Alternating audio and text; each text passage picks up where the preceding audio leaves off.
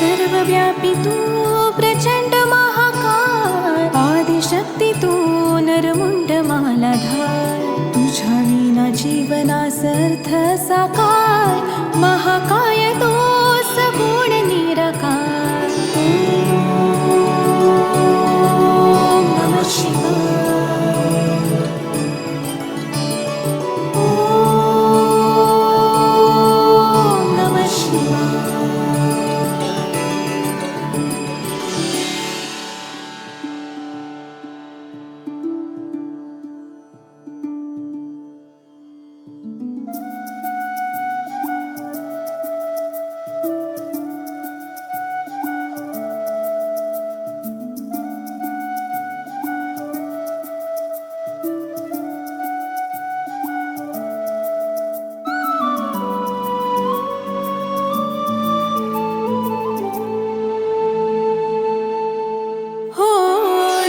शक्ती तुझ लान, तुझ चरणी माता, तूच माझा पितान, तूच माझी माता.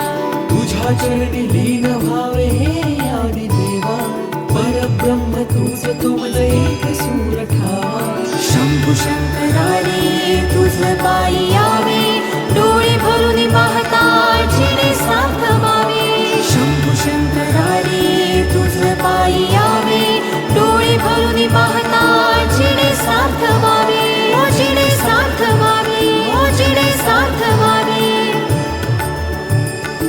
ओम नमः शिवाय. முதலாம் இராசராச சோழன் என்றழைக்கப்பட்ட சோழ அரசன் சோழர்களின் சிறப்பின் சின்னமாக விளங்கும் தஞ்சை பெருவுடையார் கோயிலை கட்டுவித்தார்.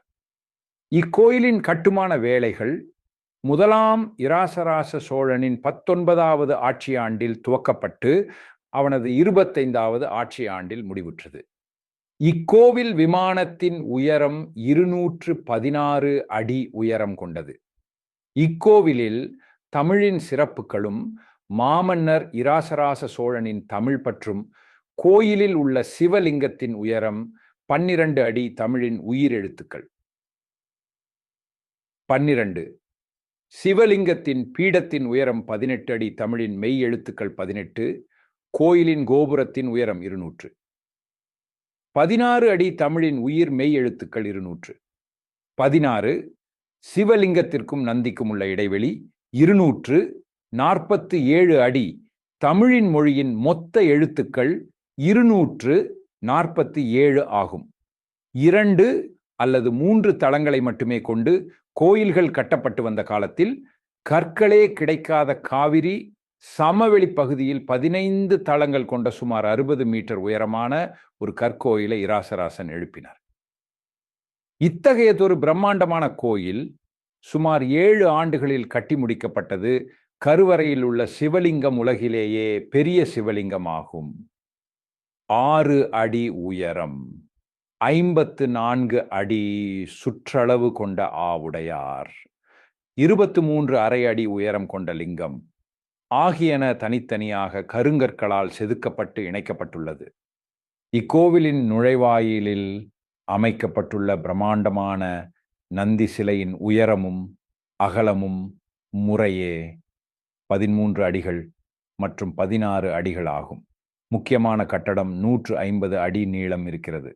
மிக பிரம்மாண்டமான விமானம் எகிப்திய பிரமிடுகளைப் போல கூர்நுனி கோபுரமாக அமைந்து கர்ப்ப கிரகத்திலிருந்து 190 அடி உயரத்திற்கு ஓங்கி வளர்ந்திருக்கிறது.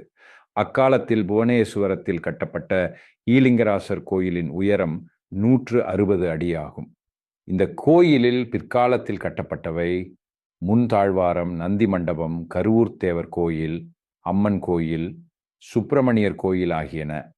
விமானத்தின் கோபுரம் என்பது டன் எடை கொண்ட ஒரே கல்லால் கட்டப்பட்டதாக கூறப்படுகிறது. இது தவறான தகவலாகும்.